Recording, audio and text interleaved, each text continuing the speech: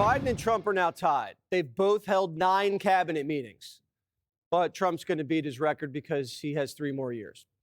We're not even sure about Biden's number because one meeting was hosted by Jill. And a major update on Jill Biden later in the show, so stay with us. You always find something new, like, is he in good health? Biden was great, but is Trump in good health? I sit here, I do 4 news conferences a day. I ask questions from very intelligent lunatics, you people. The guy didn't do a news conference for 8 months. If I go one day, I had one day where I didn't do a news conference, there's something wrong with the president. You people are crazy. Biden called a lid by 1 every day. Trump's working 12-hour shifts. The Oval Office logs show that he clocked in 50-hour work weeks last month. It's more than Greg. And he still had time to post 160 times last night. How does he sleep? The sweet sounds of pile drivers are driving Melania crazy. The trucks and cranes and excavators in the background, and you hear them, and every time I hear them, I love the sound. To me, I love the sound. I wouldn't say my wife is thrilled. She hears pile drivers in the background all day, all night. They go till 12 o'clock in the evening, day, night, pile drivers. Darling, could you turn off the pile drivers? Sorry, darling, that's progress. It's not just the White House that's getting a makeover. The whole world looks different. It's also an honor to be involved in and be a witness to what I believe is the most transformational year in American foreign policy since the end of the Second World War, at least. And it's transformational because for the first time in a long time, we have a president who basically puts America at the forefront of every decision we make in our relations with the world. Trump's chief negotiator paid Moscow a visit today. Steve Witkoff was meeting with the Russians, hoping to iron out this peace deal before the new year. The Ukrainians have already given the green light, and the press, they're at the edge of their seats.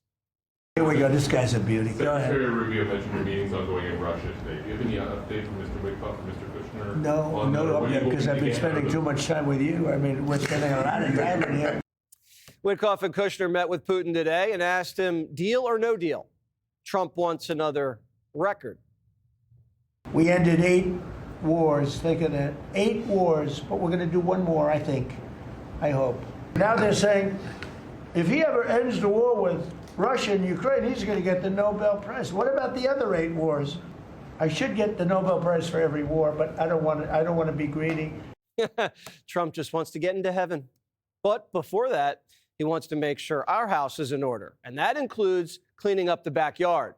Biden left it a mess. The cartels are squatting on the porch. He allowed them into our country, totally unvetted, totally unchecked. But he also allowed drugs to come in at record numbers, and hundreds of thousands of people a year died. And we're taking those son of a bitches out. The Secretary of War is hearing his orders loud and clear. The mission's on. We've only just begun striking narco boats and putting narco terrorists at the bottom of the ocean because they've been poisoning the American people. And Joe Biden tried to approach it with kid gloves and allowed them to come across the border. Hundreds of thousands of Americans poisoned. And President Trump said, no, we're taking the gloves off. 11 U.S. warships in the Caribbean and 15,000 troops are waiting for the call. Maduro in Venezuela knows exactly what's coming because Trump's telling him. I can say this, I want those boats taken out. And if we have to, we'll attack on land also, just like we attack on sea. And there's very little coming in by sea. I think we've knocked out over 90% of it. Trump told him, leave or else. And with all the coke boats being smoked, the president's getting closer to making the call. Maduro has 3 options. Leave with your life, stay and risk it, or go underground and run a shadow government from the rainforest. Reports say the socialist dictator is preparing his forces for guerrilla warfare. Or Maduro's men might mutiny. Their military's small and inexperienced, and Russia's closed up their war chest. Chuck Schumer, though, he thinks he's tough, and he wants to play too. Let me be clear. If Trump were to order an attack on land, that would be an act of war, and Congress would invoke the War Powers Act. Congress hasn't formally declared war since World War II. And I'm not sure we want Schumer involved. He can't even keep the government open. Trump's fighting terrorism, narco terrorism. He's not starting a war. The war on drugs has been going on since the 80s. He's just the first president not to surrender. And it's not just Venezuela. The whole hemisphere is on high alert. You just mentioned potential land strikes. Can you elaborate anything on that? Yeah, I'll elaborate. If they come in through a certain country or any country, I hear Colombia, the country of Colombia, is making cocaine. They have cocaine manufacturing plants, okay? And then they sell us their cocaine. We appreciate that very much. But yeah, anybody that's doing that and selling it into our country is subject to attack. The president just announced an entirely new doctrine. Any country that manufactures narcotics and sells it into our country is subject to attack. He's not just talking about vessels. Missile strikes inside Colombia, for instance, or Venezuela.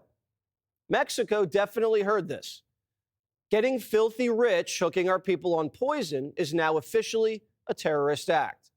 And the cartels will be dealt with like Al-Qaeda. And governments that harbor them will be dealt with. This is a major escalation. Millions of Americans have been murdered by drug gangs in cities like Chicago, Philly. Overdose deaths have ravaged communities. Addictions torn families apart. It's made poor, young, desperate women do unspeakable things. Cartels have injected decades of death into our nation. And now we're finally, for once, killing them. Democrats now are accusing us, though, of murder. What do we call it when there isn't a war? I guess the common word would be murder. For Pete's sake, you've got people whose boat has been blown up. To make a Hollywood reference, when the bad guys are machine gunning the survivors in the water, it's not Americans in the movies. It's the bad guys. How does not so young Sheldon think airstrikes work? We're only allowed to use one missile, and if the boat doesn't sink, the coke's still floating around, and not every terrorist is killed. What are we supposed to do? We're not allowed to launch another missile? Everything has to be a one-punch knockout, no combos? We have to chopper in and rescue all the terrorists and bring them to a hospital? If the target is a boat and people, the mission is to destroy the boat and kill the people. In about 25% of these kind of attacks, we do reattack. Either if the facility was the objective, to destroy the rest of the facility. If the people is the objective, to kill the rest of the people. That's just the reality of what we're dealing with. And people got to get their head around this. When we hit a tank, what are we supposed to do? Wait for bad guys to jump out and then let them run away so they can get into another tank? If the coke boat hasn't sank after the first strike, do we wait for the narco terrorists to call for backup and load the cocaine onto another boat and get away? Or do we just knock the boat down to the bottom of the ocean like we just did? These traffickers are on deliver or die missions. They're not leaving hundreds of kilos floating in the Caribbean. These guys' lives mean nothing. It's the kilos that count. If these narco terrorists swim back to shore and tell their boss, El Jefe, we didn't deliver the product and we don't have the money. The Americans, kaboom. What do you think El Jefe is going to do? You think they're going to believe that story? You think they're going to like that story? They're going to torture them until they tell them where the cocaine is or where the money went. And when they don't get an answer, they're going to get a bullet in their head, and then they're going to get buried in the jungle.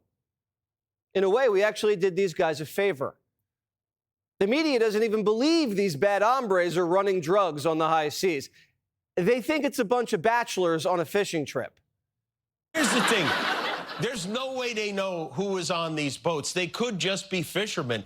President El Pork Chapo said, blow them up anyway. He doesn't care. He doesn't even eat fish that don't start with filet-o. First, it was the Maryland dad. Now they have a new name for drug smugglers. The U.S. military ordered a second strike on defenseless shipwrecked survivors. Oh, so they're like Jack and Rose from the Titanic. I'll never let go, Juan. Sometimes you have to take a life to save a life.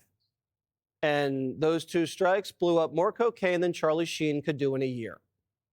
But the alleged nipple Nazis calling these guys survivors, like they just got voted off the island.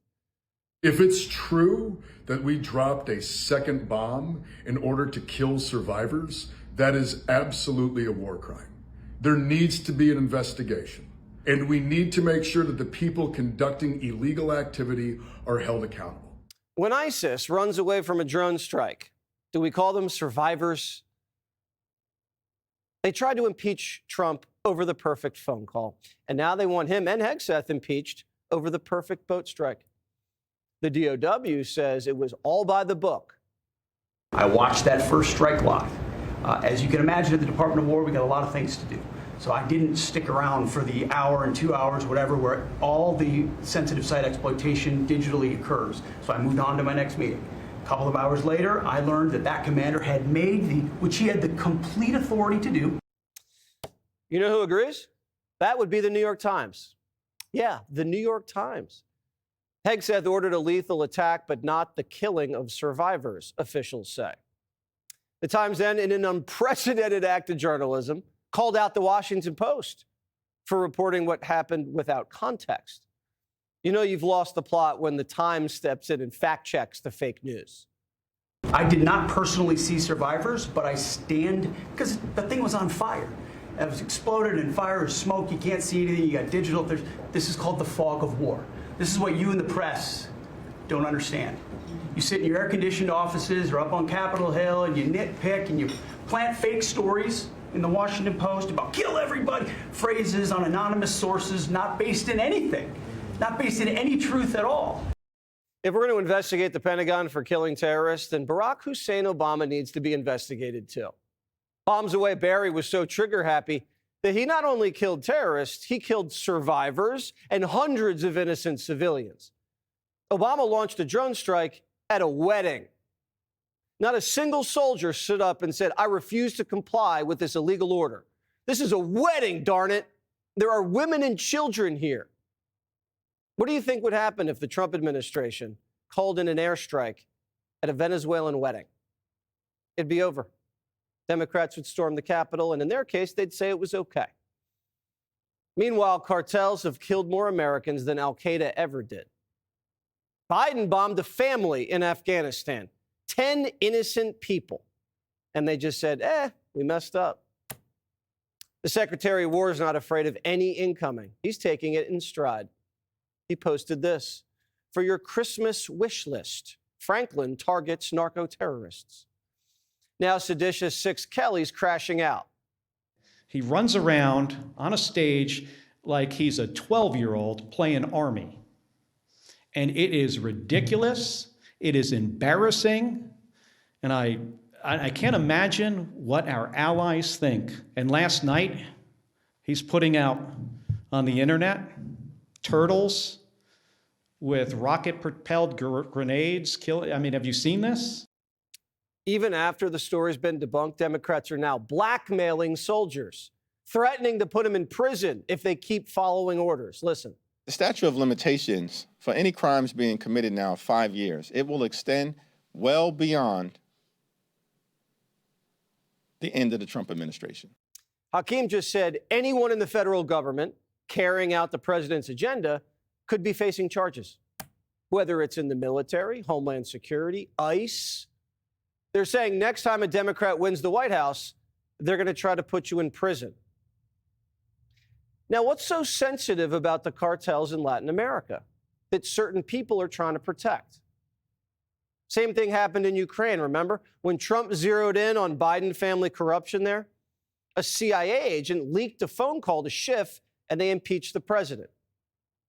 Now Trump's zeroing in on Latin America, and CIA Slotkin is threatening soldiers, and someone in the deep state's leaking to the Post, trying to get Hegseth impeached.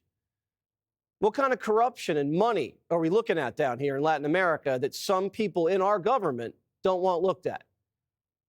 We know the CIA and USAID, they've been playing games down there for decades in the dark. Now, the minute Trump takes an interest in our own backyard, not in Europe, not in the Middle East, suddenly powerful forces are trying to set him up. Very fishy. When did killing terrorists become a scandal? Democrats can let them come into our country and kill us, but we can't kill them? They're defending drug smugglers over American families. What about our rights and our lives. Want even more Fox News on YouTube? Become a Fox News Patriot today. Click join to find out how.